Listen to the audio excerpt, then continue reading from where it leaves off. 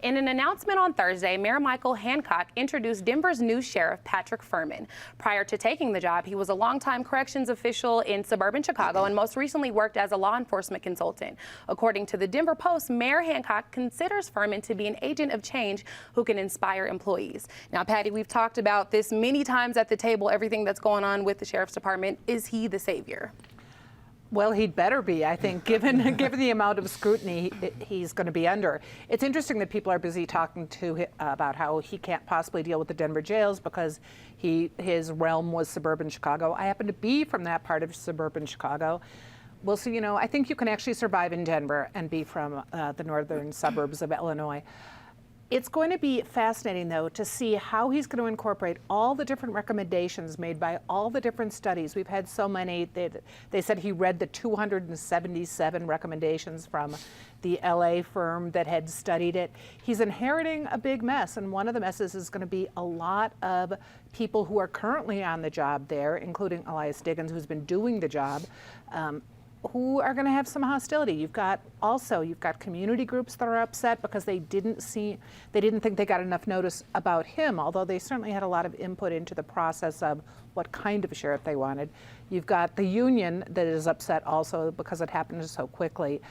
I would say that maybe is the only ham-handed thing so far that we're seeing. There should have been a little more advance notice to all the stakeholders in this before you suddenly got the announcement that he was going to be sworn in this morning.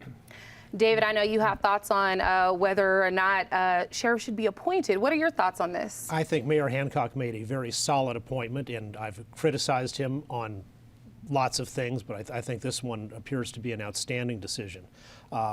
Sheriff Firman has lots of experience running two large jails, not as large as Denver's, but big ones with hundreds of prisoners. There has never been any, I looked up the cases, there's never been any lawsuits against him on the conduct in jail of his handling of the prisoners, with one exception, which was a guy who killed a cop and was threatening to do more, and he was put in administrative segregation, and the court, I think, rightly found that the Sheriff Firman had acted correctly. He is the American Correctional Association, which sets the gold standard for jail management. He's a certified correction executive from the American Correctional Association. That's an important sign of competence and being serious. He also has worked hard in his previous jails to stop this cycle of recidivism, and especially with targeted training programs to teach people in jail some job skills, so that when they get out, they can get a job and not have to go back to crime. So I'd say it's an outstanding selection. Now, I know one of the things that has been coming up is he mentioned that there's going to be a learning curve, obviously. Can you talk to me a little bit about what your thoughts of the appointment is? You never know about appointments until you see them in action for 6 months or 12 months or 2 or 3 years. On paper, I totally agree with David and with Patty as well. I think it was a solid appointment on paper. Now, obviously, jobs are not carried out on paper, and we will have to see. I give Michael Hancock credit, both with bringing Chief Robert White to town and now Sheriff Patrick Firman. This was a segment. By and large, I'm a big believer in hiring locally, but there is a time when you don't hire locally.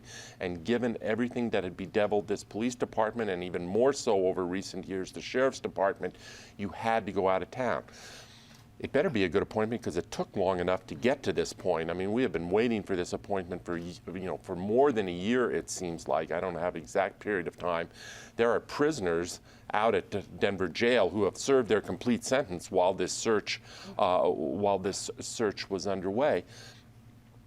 He's not only going to have a learning curve, Gabrielle, I think he's going to have some immediate challenges, and not just the usual challenges, but Patty touched on it.